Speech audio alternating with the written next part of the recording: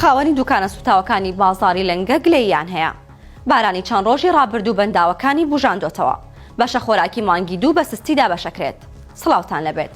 نیوەڕۆی ئەمڕۆ خاوەن دوکانە سوتاوەکانی بازاڕی لەنگەی هەولێر گرتبوونەوە و داوای قەرەبووکردنەوەیان کرد. یەکێک لە دوکاندارەکان بە 964 وت تا ئێستا کەس بەدەم داواکارێکەمانەوە نەهاتووە. سەرەتا مامەڵەیان پێکردین و ساردیان کردینەوە، بەڵام قەرەبوو نەکراینەوە. تەنانەت تا ئێستا جەمەلۆنەکانمان بۆ چاک نەکراوەتەوە و وا نزیکەی مانگێکە بێکارین. ئەو دوکاندارە باسی لەوەش کرد قەرەبووکردنەوەی زیان لێکۆتوانی لافاوەکەی دهۆک ئیشێکی باشە و مافی خۆیانە قەرەبوو بکرێنەوە، بەڵام دوکاندارانی زیان لێکەوتووی بازاڕی لەنگەش بە هەمان شێوە مافی قەرەبووکردنەوەیان هەیە. نزیکەی مانگێک تێپەڕ دەبێت بەسەر ئاگرکەوتنەوەکە لە بازاڕی لەنگەی هەولێر کە تیایدا 166 دوکان سوتان.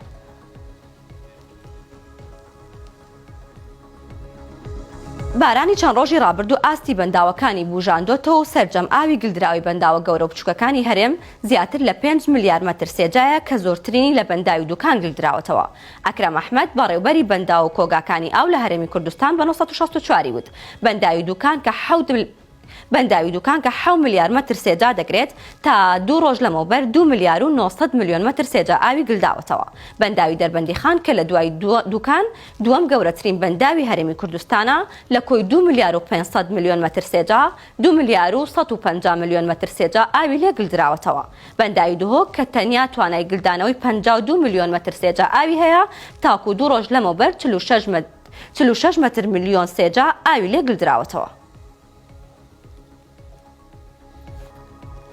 بەشە خۆراکی مانگی دوو بە سستیدا بەشەکرێت.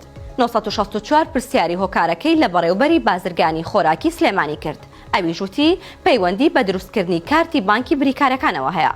بە پێی بڕیارەکانی وەزارەتی بازرگانی عێراق دەبێت هەموو بریکارەکانی خۆراک ژمارەیەکی بانکی هەبێت و لێەوە پارە بدات. بەڕێوەبەرایەتیەکانی بازرگانی کامەران فەتاح بەڕێوەبەری بازرگانی خۆراکی سلێمانی بە 964 ڕاگەیاند تا ئێستا بریکارەکان سەرقاڵی دروستکردنیە و کارتن.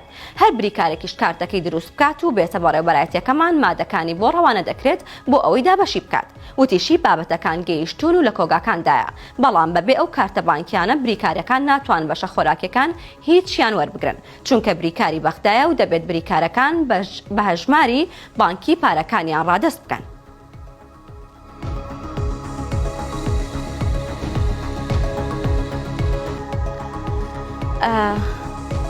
پێم خۆشە ئێستا سەرنجتان بۆ هەواڵێکی تر ڕابکێشم. لێرە هەواڵێکمان هەیە کە وەزارەتی شارەوانی ڕایگەیاندووە لە ئەو باران و لافاوەی کە لە دهۆک و زاخۆ دروست بوو وای کردووە کە زیانی ملیارێک و 500 میلیۆن بە کۆگای ئاوی زاخۆ بگات. ئەمەش وای کردووە کە لە 135 خەڵکی زاخۆ لە ئێستایە بەهۆی ئەو لافاوەوە بەهۆی ئەو زیانی کە بەریان کەوتووە بێ ئاو ببن. زانیاری چاوە لەسەر ئەم هەواڵە و سەرجەم هەواڵەکانمان لە ماڵپەڕی 964 دۆتکەی ئاردی هەیە و دەتوانن سەردانی بکەن. هەواڵەکانم پێشکەشکردن هەر شاد بن.